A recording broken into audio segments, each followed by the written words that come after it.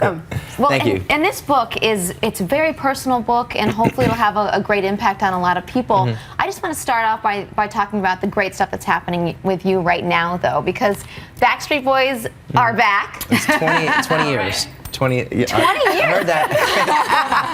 20 Fans all around. Yeah. And what does it feel like to be all 5 of you are back together ever since last year, since the 20th It's good. I mean, anniversary? it's amazing. You know, first and foremost, you know, I'm very clear-headed right now and enjoying the moment more than ever before, because I'm not out there partying and stuff. And so Kevin's back in the group, so it's you know, these guys are like my family to me. So in so many different ways, I actually talk about them in the book too. So. Yeah, and it's nice to see you all back together in this way. Now, in this book, you talk a lot about some low points in your life. You talk about your struggles with addiction. You also talk about your sister's recent death.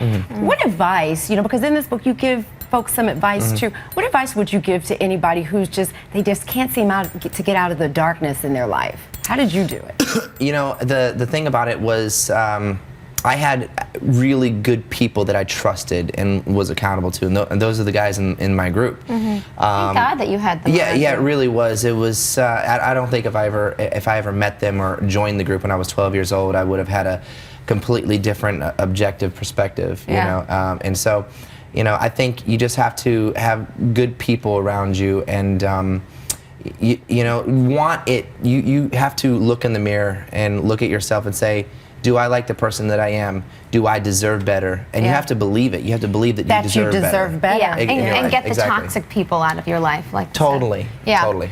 So you wrote this book as part memoir, part self-help book. So why did you decide to kind of put them together? Well, I mean, self-help books, I mean, they've helped me over the years. Have you read a lot of them? I actually did, and one of them was given to me by Kevin in the band, you know, at a really low point in my life. It was this older book called Why Some Positive Thinkers Get Powerful Results by Norman Vincent Peale.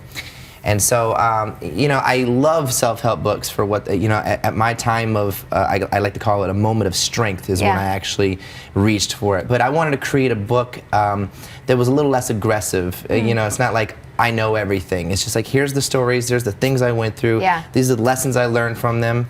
And you know, if someone takes you know, from a paragraph or a sentence in the book and it helps to change their life, then I've done my job. Yeah. And can we ask about your bandmates? You know, in this business, you know, you see so many groups in music, you know, fall apart for so many reasons. But you guys are back together. What's it like being back together? I mean, is it as fun as it used to be? I know it's different. It is different. Yeah. The cool thing about it is that it's really a different dynamic than a lot of other groups and people out there. We really are sort of like a family. Yeah. We can talk to each other. We're open to each other. We're not just business partners, but you know, we love each other. And so on the road, they bring their families out on the road, and we're all mingling. So that's and everything. different. They've actually influenced me in a lot of ways to embrace marriage. Because you're engaged now. Exactly. And so I never really believed in it because I did come from a dysfunctional family. Okay. Well, speaking of fiance, your fiance, I love that you showed up in the end of the movie, This Is the End, which is out on DVD now. It is hysterical